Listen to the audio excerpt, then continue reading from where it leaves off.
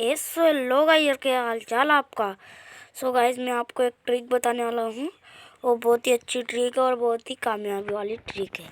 सबसे पहले आप जाओ कैरेक्टर वाले सेक्शन पर और यहाँ पर जाकर आपको एड आदम कैरेक्टर ले लेना है और फिर आपको डेट ऑफ कर देना है जो कि आता है ने के लिए। और फिर आपको ले लेना है यू यू यू तो आप समझते ही होंगे यू कौन है। तो आपको ले लेना है एक कोई भी कैरेक्टर के ऊपर टैप और फिर जाना है लॉबी में और देखो फिर मैजिक और फिर डेटा को ऑन कर लेना है। जैसे ही डेटा ऑन होएगा आपका आ जाएगा मजा, क्योंकि यहाँ पर देखो यहाँ पर गाइस कैरेक्टर जो है वो आ चुका है हमारा। और गाइस ये कुछ आवाज कर रहा है, मेरे को पता नहीं।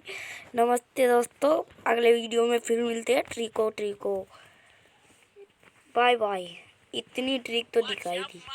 और वीडियो को लाइक कर देना, चैनल पर नहीं हो तो चैनल को सब्सक्राइब कर लेना, बेल आइकन कर देना। गाइस चलते हैं।